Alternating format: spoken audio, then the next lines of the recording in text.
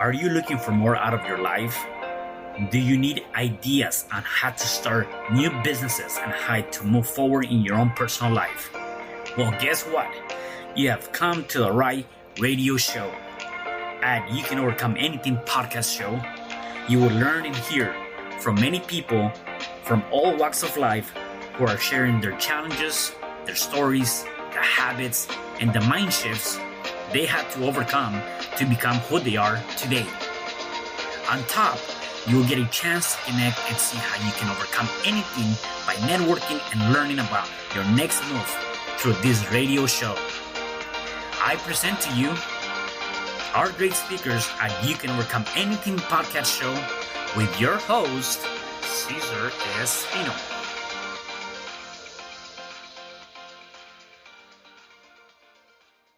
Hello there and welcome back. It is your friend Cesar Espino, and you can find me at www.cesarrespino.com. And thank you for coming to another episode of You Can Overcome Anything podcast show. Today I have a special guest. His name is Ken Rochon Jr. How are you, Ken?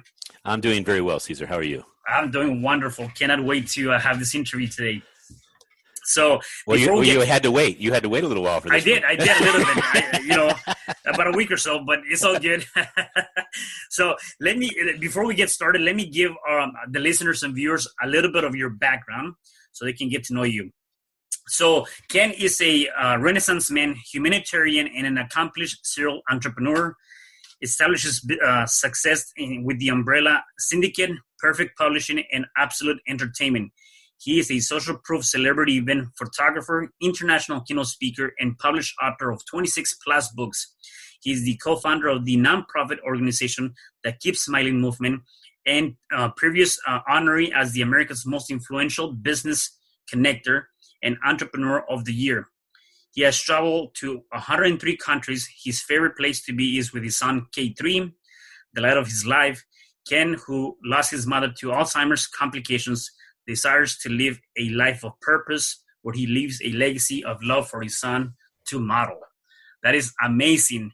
And I cannot wait to get more of you and hear more about, all these wonderful things you have going on in your life, right? Before though, I want to know about your background. What were you born in? How was it growing up as a kid? Well, I was born in Warwick, Rhode Island, and my son just let me know that he can play something else. So he's going to play something else. So he comes over during my show sometimes to keep me informed of what he's doing in his life. But Nice. I wanted to, before I tell you that, I just want to acknowledge you. So, there's people in the world that are cool, and there's people in the world that can get kind of uptight. And I love cool people because, if you're running late, you can get really mad at that person, or you can choose to say, you know what? They probably did the best they could. When someone's running late, you get the opportunity to say, you know what? I can get something done I didn't have planned. Right. Emails done. So I just wanted to acknowledge you because I completely blew off your show the other day, and it obviously wasn't my intention. And the reason I want to bring that up is because, you could have been, that's it, buddy. Yeah. You're not getting back on my show. Right. And I mean, it's not just that you have a great haircut. You have a great heart. You have a great smile. Thank you. And Thank you. And I think this show is going to be so much better because I feel the love that you bring to the world, and I was able to experience it because you of forgiveness. I mean, it's just, you're a cool dude, man. I just want to acknowledge you for that. Thank you. Appreciate that. So back to your question. I was born in Warwick, Rhode Island. My dad was an Army officer, and within 2 months, I was in Paris, France. Lived an Army brat type of life, which is just traveling the world. At age 13, I came to the United States in the 70s. Didn't even know how to use a phone, believe it or not. Just everywhere I'd lived, there wasn't really a need for it. I lived in India for a year. I was the only white kid going to an Indian school. And needless to say, I grew to appreciate differences in people and cultures because when you're living in the world, you actually learn that you have a lot to be grateful for, first of all, but also that when people are different, it's actually a compliment to your life. Because if everyone's the same, you don't need anyone technically to help you. It's only when people are different. Yeah. No, I love that. And I was going to ask you about that. Like, I can only imagine growing up in different cultures and obviously besides learning and appreciating life from a different perspective, were there any other lessons that maybe you learned through that journey of being in different cultures and with different kinds of people? I did. When I learned a little bit about bullying, and it's funny, you know who bullies the most? No. Americans. like when I was on these different places, the foreigners weren't really the ones that bullied the Americans. It was more the Americans bullying themselves. It was really crazy. Like you move to a new area and you get to a nice welcome from your American friends saying, okay, this is a new kid. We're going to, let them know what's up. Time. Yeah, give them a hard time. Yeah. And so I took a real stand to anti-bullying when I did my second book. My second book is called Making Friends Around the World. I sent a copy of it because it had Spanish in it. Yeah. And it's an important book because I discovered several things about bullying. One is that bullies, for the most part, are bullying someone else because they don't feel like they're enough. And so they have to make someone else feel less so they can feel better. And if you teach kids like bullies that, obviously if they're loved, but if you give them skills, like you teach them another language and they go, oh my gosh, I know 2 languages. Most people only know 1. All of a sudden they feel better about themselves. Guess what stops? They stop bullying. And guess what else happens when you learn another language? You actually can't help but connect with another culture. So when you connect with a different culture, you say, you know what? Different things are actually good. Not different things are bad. So I'm a big proponent of teaching kids to actually, create something that's more leadership level so they don't feel like they have to bully. Right. Yeah, and with that, you also start building that confidence when you're able to connect in different levels with different people, right? Sure. Which I think is very amazing. So when you came to the States after, traveling all over the place with your dad or your parents, what led you to become who you are now? Like, what was the journey that got you here? Well, that's a great question that I want to answer, but sometimes you can't answer a question until you get focused. Yeah. And I have to tell you, there's a guy to your right that looks so much like you. Is that your twin brother? Yeah, that is my twin brother. Yes, it is. Handsome dude, man. I got to tell you. Yeah, because I keep looking over him. I'm like, there's not very many differences. He's got to be a twin. That's pretty cool. Definitely. So when you have a dad and mom that are really loving and they care about you growing up to be something great in the world, you actually want to be like them. So my dad was an Army officer, so I went through Johns Hopkins ROTC, became an Army officer. My mom was an English teacher, so I became a science teacher. And I spent 7 years in college because I couldn't figure out how to do both of them quickly. So I did become a science teacher for 4 years, and what a reward it is to teach. And so I got to be in a school system where kids really needed someone to care about their education. And I was able to get letters from these kids all the way from all the way into high school saying that I made a difference in their science. And I think we dumbed down teaching a little too much, not to have a negative aspect of the show, but kids can handle a lot. When you believe in them, they can do wonders. So I would teach them how to think. I would teach, there's a lot of teachers that have a philosophy you need to remember and memorize stuff. And I was more like, you have to apply formulas. You have to apply things that will give you answers and solve problems. And my theory about education, as well as being successful, is the more problems you can solve, the more wealthy you'll be. Yeah. And then the second one is the more smiles you can create and inspire, the more wealthy you'll be. Yeah. I love that. I heard this from a guy, he's my mentor, and he said, money means money, right?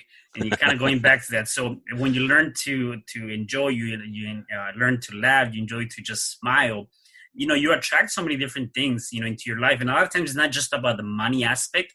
I think it's more about the connections. It's also about the people. It's about just being in a different level, because you're lifted with that smile, right? And one of the books that you wrote that I was looking over, it was very interesting, and I definitely need to look through that, where there's different types of smiles or laughs or things like that you were talking about, that has all of these different dynamics, and that's amazing. I didn't think about that from that perspective. Well, I just wanted to say that Science of Smiles. There you go. Yeah. Any book I show in your show, Cesar, you can give away to your guest. Oh, thank you so much. So your audience, I want them to get a lot of value from this show, and I think the best value is to actually get a book that they can learn from. What you're referring to is the types of smiles, really a fake smile versus a genuine one. Yeah. And so a genuine smile is with your eyes. The zygotic muscles in the eyes squint because you're happy, and it shows the spirit of your soul. And you don't need to have your smile showing. You can actually see it in your eyes. So it's funny when we have masks on during COVID, you can actually see if someone's smiling because their eyes are lighting up. And so we have a gentleman named David Corbin who said, hey, you need to actually, during COVID time, tell people that a smile is spelled a little differently during COVID. Are you ready for the spelling? Mm-hmm. and then capital EYE as an I, LE. So you take the I out and put the I in. Yeah. I love that. No, that's awesome. Yeah, it goes back to that. Even when you're on a down moment, right? If you have a down day, or you wake up a little bit on the negative side per se, the way, if you were to just smile, just by that the act of smiling, changing that physiology, those muscles, in the back of your mind, it changes the dynamics, right? It's going to put you in a different state of mind. And people don't realize that some people, I won't say all of them, some people don't realize how powerful that might be, or as silly as that might seem, to just look at yourself in the mirror and smile back at you. That can change, the rest of your day. And it's hard to practice that, because I've done it in the past.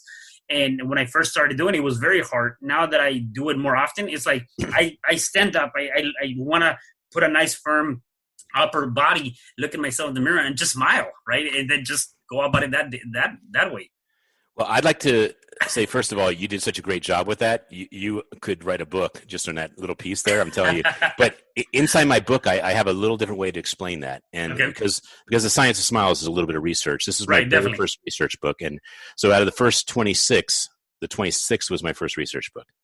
So I had to have people actually help me, because research is a different type of writing, totally different type of writing. Yeah. So the way it's explained in the book is that when your brain says you're happy, it sends signals down to your muscles to smile. And so you form a smile. That makes sense. That's easy. Yeah. But here's what you're talking about. What you're talking about is your brain is not happy. It doesn't say you're happy, but your smile, you tell your face through your thoughts. You say, please smile. So your muscles form a smile. What happens when you form a smile is it goes back up to the brain and says, you must be happy. Right. And so then you start becoming happy. And I will tell you a easy way, because you said it can be difficult, and yes, it can be, but I'll tell you an easy way to get to a smile in the morning. And I did work on this just like you. I decided my first book would be called Keep Smiling, Shift Happens, because over a 6-month period of time, I would get up in the morning, no matter what mood I was in, I would get in a better mood and shift into happiness. Now, what's interesting is the universe is always listening. So if you wake up in a bad mood, the universe says, "Oh, you want some more of that? I'll give you some bad." Okay, but the way you can get to a smile very quickly, and it is a hack. Like everything in life, if you want to get somewhere faster, learn the hack. So the hack is gratitude. So when you get up in the morning and say, "What do I love the most, and what am I most proud of?" And for me, it's usually my son. Don't let him hear it, because he's in the other room. But but hey, you know what? He's doing his first book. He's being published on June 14th, his birthday, which is Flag Day. Nice, and congrats! It's going to be Kenny's favorite joke book. He found all the favorite jokes, and he's going to make sure these are available to kids so they can laugh and learn jokes and entertain their their families and their relatives more. Nice. It's a nice little 30-page book. So he worked on it for the last 3 weeks, and I'm just so proud of him. He's going to have a book at age 7. Yeah, so that's awesome. And you talked about, I think every year, I was reading that every year you write a book on behalf of or for your son's birthday, right? That's one of your kind of traditions or things. And it goes back to what you mentioned, kind of leaving that legacy or leaving something behind or creating a difference in his life for sure, so that he can see how connected you are, which I think, that's besides that being very fulfilling, and I'm sure it's very fulfilling for you. It comes really from that natural love and being able to give back.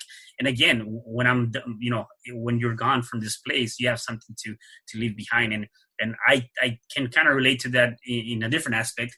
When I wrote my first book, is like I wanted to leave something behind for my daughter, that she can go back and look at my grandkids, whatever the case may be, right? And so that's very amazing. Well, thank you. And you certainly get it, because this will be the first book, the one he's doing, where my name is altered. So my name is usually Ken Rochon Jr. Mm-hmm. So it says, for this book, it says Kenny K3 Rochon III. And then it says underneath small print, it says, and Daddy. That's awesome. So I don't know. I guess Amazon's going to be putting me down as Daddy as a co-author.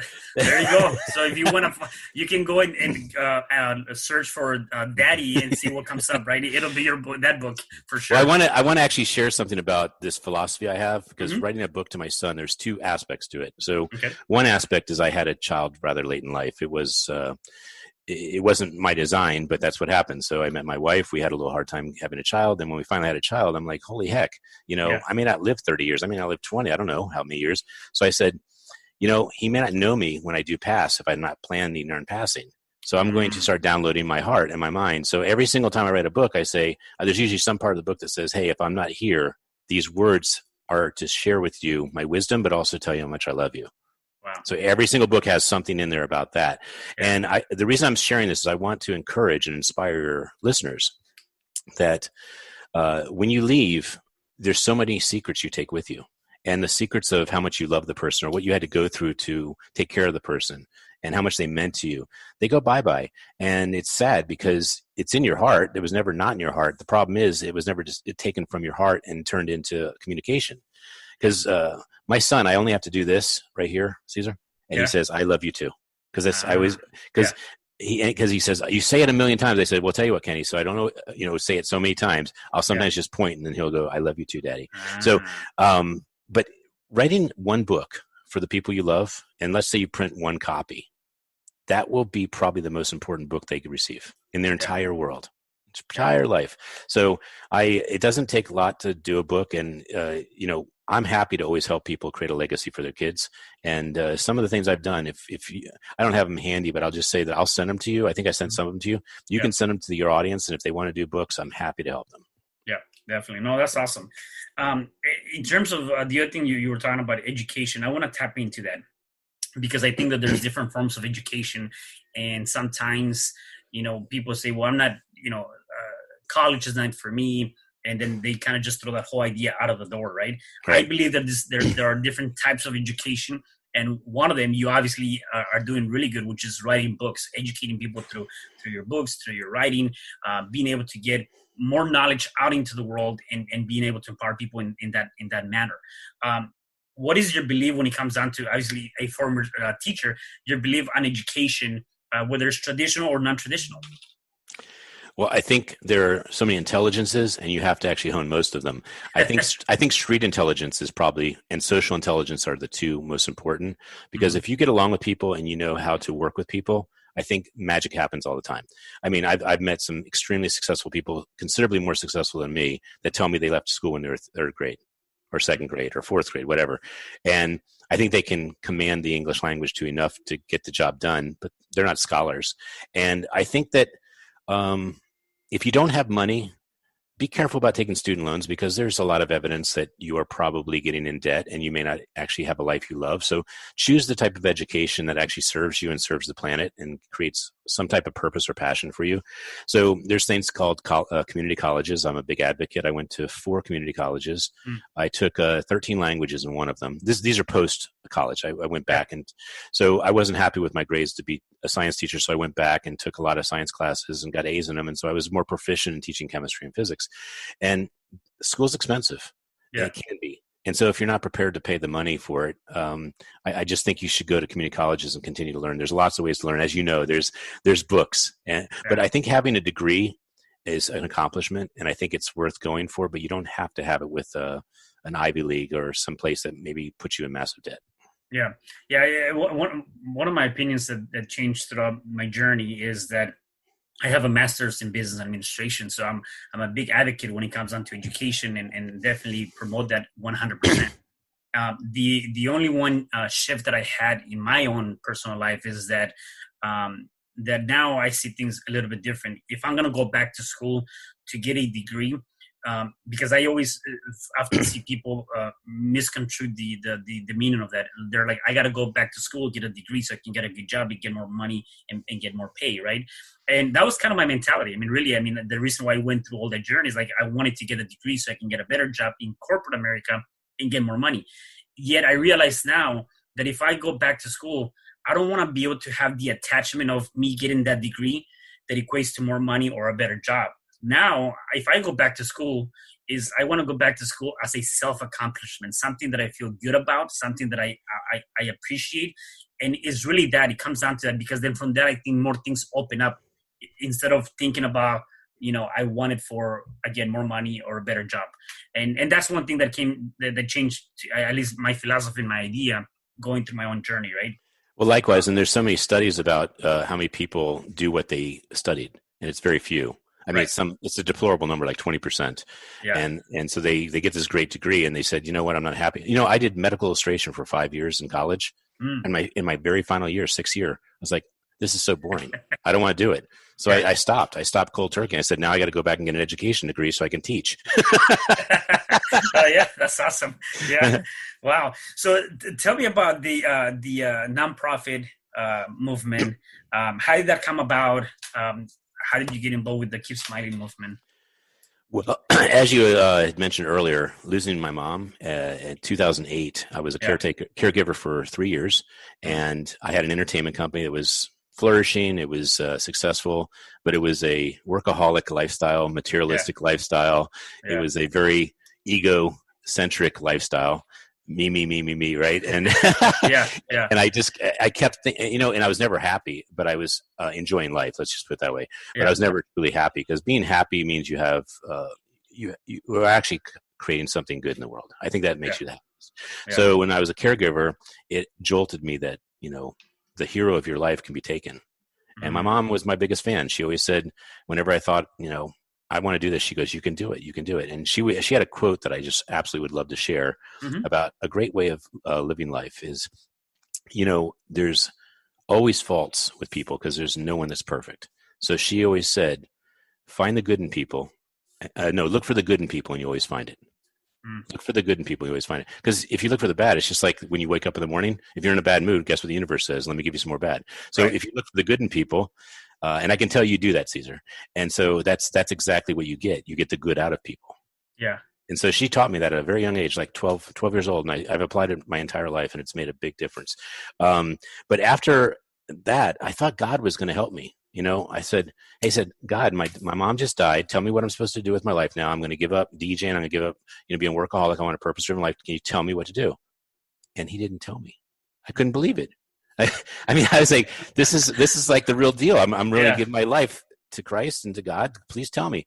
So anyway, to make a long story short, for 7 years, I was determined to find out how to create a purpose-driven life. And, there were steps I was taking that were getting closer. But when Barry Shore handed me a Keep Smiling card, it was kind of like that moment in the Blues Brothers when he sees the light and and James Brown singing. He goes, I see the light. I see the light. Yeah. Well, I saw that Keep Smiling card and I said, I love this message. And I think this is what I'm supposed to do with my life, is create a movement that celebrates smiles, celebrates leaders that cause smiles, and just focus on happiness and positivity. And I said, this is going to drive me. And also, as a dad, it was the perfect thing to bring home to my son. Like, you know what your daddy's going to do, Kenny? I'm going to create a Keep Smiling movement. Well, no, that's amazing. I love that. Yeah, and I got a chance to meet Barry. He's definitely a very positive person, and I love. I really love. I love the conversation I had with him. So that's amazing. So talking about this movement, you've written so many different books. So what has been one of your biggest accomplishments in going through that, in doing the books and really touching so many different people at multiple levels in life? Well, I have 2 times. One was my first book, and then I think you may have heard that I've helped 100 people do a book in 1 year. So that's my second, and they're both equally hard, actually. So the first book, most people don't have a book because of fear. They don't have a book because they don't know how to do it. They have a book because of uncertainty, and so they don't. And so there's a book that we created called Make a Book, Move a Book, Book a Sale. And the book is about the odds, like the odds of you doing what you really want. So if you have 100 people in a room and you say, and they're all professionals, mind you, so they're all educated professionals, how many of you would like to do a book? Do you have any idea how many would say yes? I would say probably 10%. No, actually, it's very high. 85% want to. No, want to. Want to. Okay, gotcha. So, and now the 85, how many actually will do it? Very little, like 10%. Yeah, way less, 1% or 2. Wow. Okay. It's really low. I know this because I study science and math, and I can't get enough data. So I did this test. I said, hey, if I help you do a book, because if I can help someone do a book, 2 things happen. I make a friend, and then I also become better at helping people. Yeah. So I become an expert, and I can open a publishing company. So I opened up a publishing company. And I decided I would do my first 10 books with people for free. These are people that I was qualifying, filtering. Only one did it. Wow. And this is me not charging, by the way. I just need to make that clear. It was not money holding them back. I said, I need proof of that my system works. So I had to redefine the system. But getting back to your question, my first book was a catastrophe. It was called Becoming the Perfect Networker, Succeeding One Connection at a Time. I spent $20,000. It had 42 grammatical errors. I ordered 2,000 copies, $20,000, and I sold something like 11. I mean, insane low. So I basically lost all my money. And it was very, very difficult for so many reasons. First of all, I had a platform of 11,000 people on a platform, and they all were saying, I can't wait to get your book. So 11,000, I said, 10% I'm going to sell. So that's 1,000. The other 1,000 I can sell, and I'm getting this better deal by ordering 2,000, so I'll get 2,000. So it was a very, not only eye-opening experience, it was a soul experience of, is this what I'm supposed to do? And there was really a question. Do I quit and throw in the towel and say, you learned your lesson, it was an expensive one? By the way, this is all credit card, by the way. This was credit card. Yeah, credit card. Gotcha. So to fix the book, and to re-release the book without the errors in it, 42 grammatical errors. My mom was an English teacher who had passed because of Alzheimer's. My dad was a speechwriter at NSA, National Security Agency, brilliant wordsmith, but he was so busy and consumed with my mom's caregiving, he couldn't help me either. So the two people that were like perfect for editing were not available. So I had to spend about $3,500 to redo the book, reprint the book, and it took off.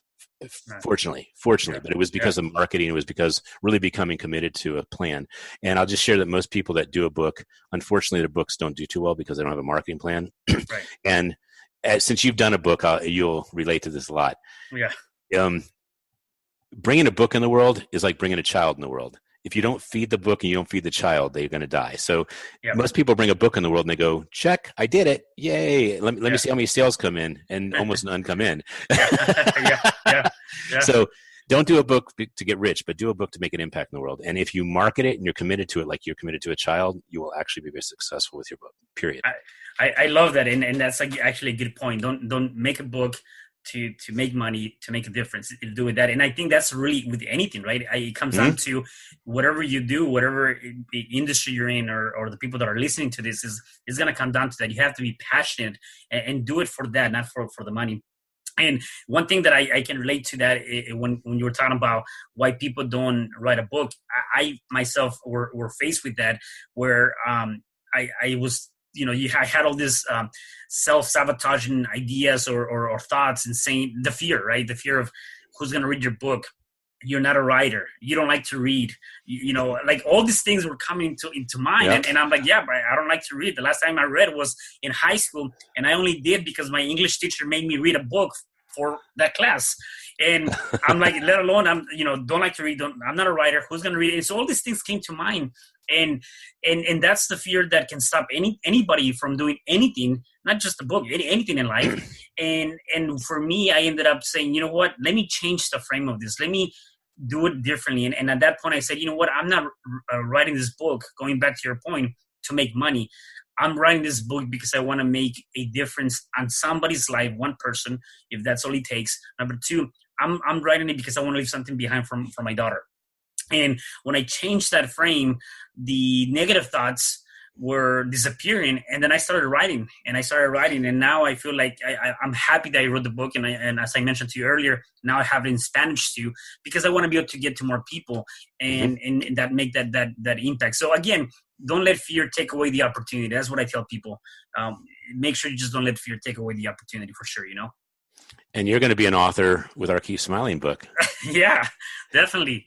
So that's going to be another interesting journey for me, for sure. You may be the first one to do a book that doesn't have English on the cover. We have 112 Keep Smiling books. Your audience can get this copy for free. I sent it to you. Yep. And it has 100 here because it has 100 different authors with the books that they actually did. So in the corner, it shows the actual Keep Smiling book.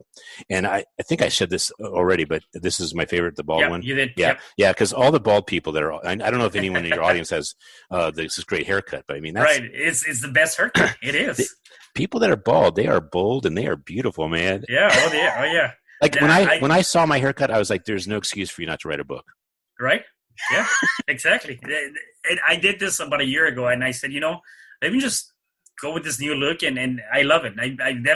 I feel better. Anyways, more to that. That's a different story. So your twin did the same thing, I see. Yeah, he did the same thing. We went to the same barber.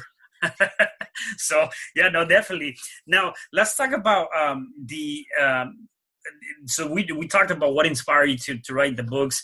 I want to know a little bit about your story about this 103 or 130 different countries you've been to.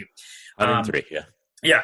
So can you give me more about some of the things you've learned through that? Because I think there's a lot of things you learn. I mean, I got to get to that level where I can go to that many countries. The place that I've been to is taught me on how to appreciate life from a different perspective and be more humble too, from that. Right.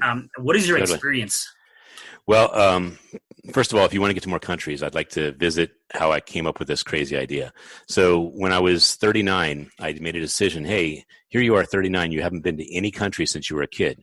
And your perspective of what a country is when you're a kid is not what it is as an adult. So I forced myself to buy a digital camera, and I wrote down, and when you declare something, it changes who you are to the universe. So I said, I declare that I will write my first book by the age of 40. No, before I'm 50. I declare that I will do 100 countries before I'm 50. And I declare I will have a child. And here's what's weird. All of that has come through. But the hardest one was the child. That was the hardest one. That's supposed to be the easy one. Yeah, it is. Yeah. Like I didn't say a child that's a boy, or a child that's a girl, or a child child. Or the child that is a certain ethnicity. I just said a child. Yeah. Wow. And so that was the hardest one. We had that child just before I was 50, actually. Just before. So that was the one I was cutting it close.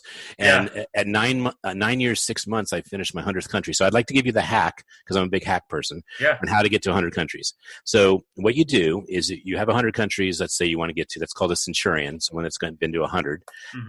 And you find a travel agent that hopefully can become a friend. That's what I look for. And fortunately, one of my best friends was a travel agent, and he had been to 25 cruises. And I asked him, what's some advice? And it's just like if you want to write a book, hang with some authors. But if you want to travel a lot of countries, find a travel agent you can bounce some ideas off. But don't go to a travel agent that sells trips.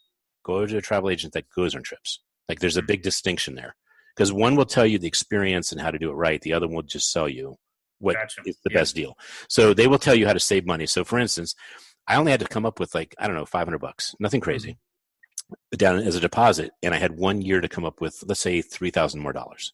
I hopped on a cruise, went to the Mediterranean, and I got to spend, 1 day in Venice, 1 day in Rome, 1 day in this, 1 day in that. And it didn't matter how many cities I went to, but I invested in a book called The Top 10 Things You Had to See in This Country. And I had a rule. Number one rule was I had to be in the country at least 4 hours. That's minimum. Not at an airport, in the country. Yep, outside. Yep. Okay. I had to have a digital camera to prove my experience, and I had to see either the number one thing in that country, or I had to see 3 of the top 10. So if I didn't see the number one thing, I could see 3 of the top 10, and I had to prove it with my camera. Yep. Those are my rules, and everyone can create their own rules. Some people's rules, if I go to that airport, I'm in that country, it counts. I think that's bogus, so I don't do that. So the reason I had to do 4 hours is because on a cruise, sometimes you only get 4 hours on land. And so you find the most aggressive tour that you can go to. Like when I went to Egypt, for instance, we only had, 6 hours, 8 hours. I had to pay $400 for machine gun. And I went to the pyramids, obviously. I went to the top 3 things in Egypt. And when I came back to the ship, I was like, this is unbelievable. Wow. I have photos as if I was here for 3 weeks. Yeah, exactly. Photos are a lot of, and so there's an inverse of money and time. So the shorter the time you're there, the more money you may have to spend, but then you really experience the country. So don't go into a country that you only have 1 day in and say, I'm going to save money and I'm going to go, get a beer and just chill. Right. Exactly. Right. Yeah. If you want to be the centurion traveler, if you want to just chill, that's your deal. But my encouragement is to find out the culture, really see the sites, but most importantly, get that top 10 and find out how many of them you can knock out, so that you can actually say, I was at that country. I was there. Yeah. If you haven't been to the Leaning Tower of Pisa, I'm telling you, that's way different. Or the Eiffel Tower, it's way different than just seeing in the picture. Or the Grand Canyon. I have, yes. Is it different than a book? I mean, Oh yeah, Jiminy Christmas.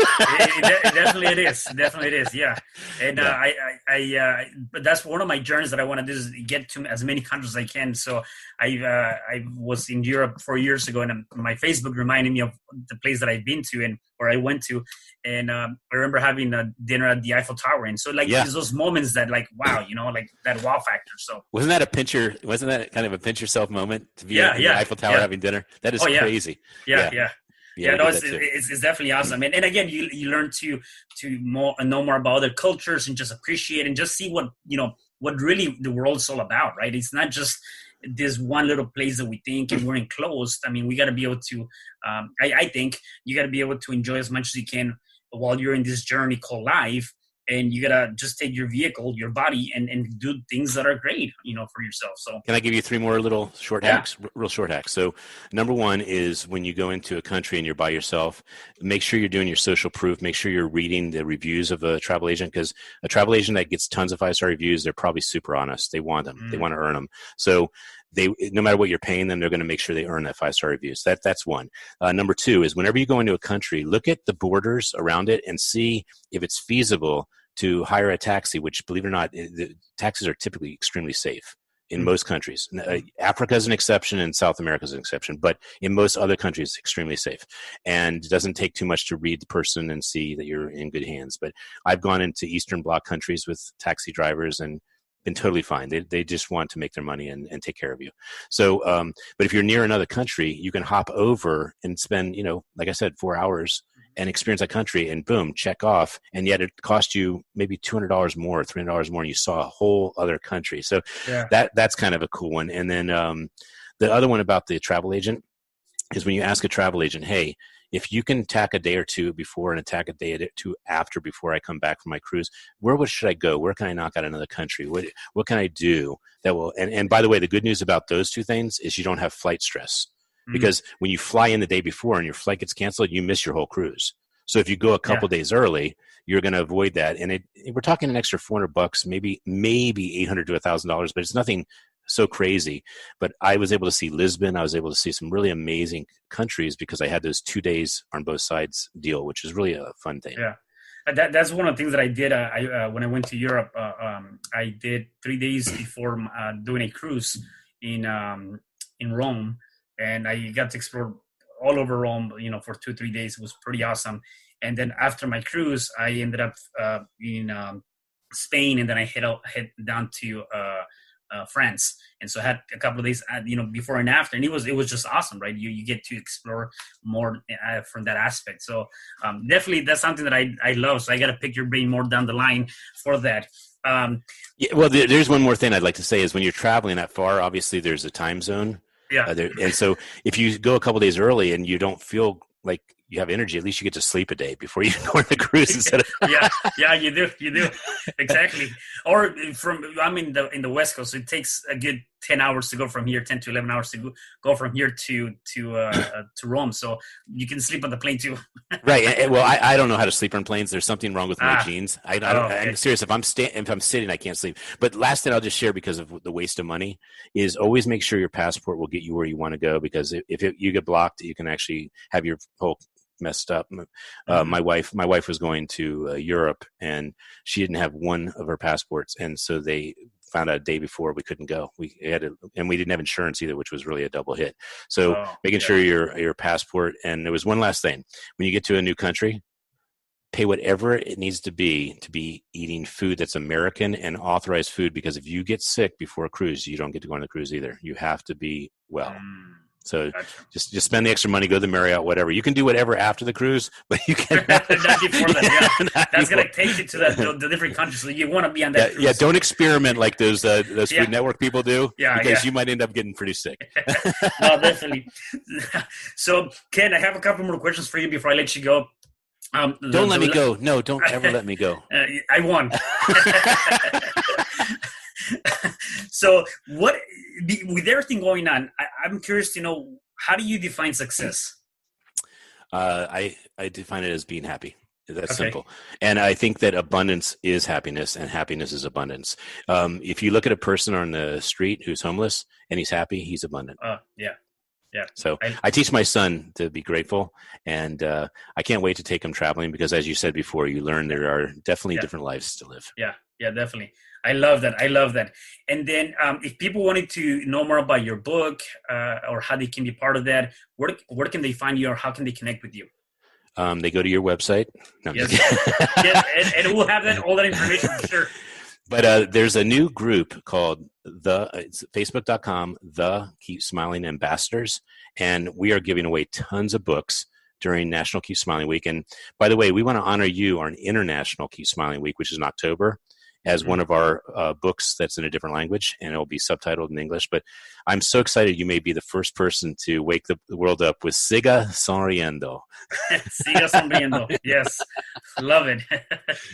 Yeah, that's awesome. Okay, so then definitely I'm going to have that information here. And the last question I have for you, if anybody that's listening to us is going through a challenging time, whatever that might be right now, what is one tip or some things they can do so they can overcome that challenge? Can I say two real quick? Yeah, as many as you want. Okay, so these books, again, have somebody that was in your place. Every one of these people have gone through a lot of adversity, and I chose them because they didn't just become this big person overnight. They had to go through a lot of crap. And so these are called A Dose of Hope. They take about 10 minutes to read, and they will shift your mentality of, golly gee, I know somebody who had it worse than me, and they made through it. I can do it too. So that's the first one. The second one is we have something called a Keep Smiling template, and anyone that's going through a tough time, we do scholarship, these templates to be given to people that are going through a tough time so they can work through. It's very therapeutic, and it gets people's mind into the gratitude mode. And then when they get committed to obviously doing a book and everything, they shift themselves into being a leader. So those are my two solutions. Awesome. Well, I love that. Well, Ken, thank you so much again for being here. Before we wrap this up, is there anything else you want to say? I just want to talk for one more hour, maybe two. We can definitely do it. I have nowhere to go. Well, actually, I just want to say thank you. This was a lot of fun talking with you. Yeah. I am going to go play with my son after this, but I told him this is a really important show. So thank you for having me on the show. Yeah, no, I really appreciate you being here. Thank you so much for making the time to be here. So and not forgetting again. And not forgetting this time. Thank you. The most important thing, not forgetting this time. But yeah, thank you so much for being here. For the rest of you guys, thank you for tuning in. Please make sure you check us out. Leave us some comments. Share this video. Is definitely a really good video. And please make sure that you check us on all platforms and stay tuned to the next episodes of You Can Overcome Anything podcast show. Have a good day. Hi, I'm Cesar Espino, real estate investor, business coach, and consultant, and author of the book, You Can Overcome Anything, Even When the World Says No. My number is 424-501-6046. In my book, I talk about making the necessary changes to shift your mind for prosperity and certainty. Pick up your copy at Amazon. I also love helping families with their real estate and can purchase your house fast and all cash. Follow me on Instagram, Facebook, and LinkedIn. My number is 424-501-6046. Thank you for having me today. I am so glad you tuned in to this podcast. You can find me at Spreaker.com, where you can like and subscribe. And to learn more about myself and my services, you can find me at www.cesarrespino.com, or you can also find me at Facebook under Cesar R. Espino. Once again, thanks for joining me. I am looking forward to having you at the next episode, and know that you truly can overcome anything.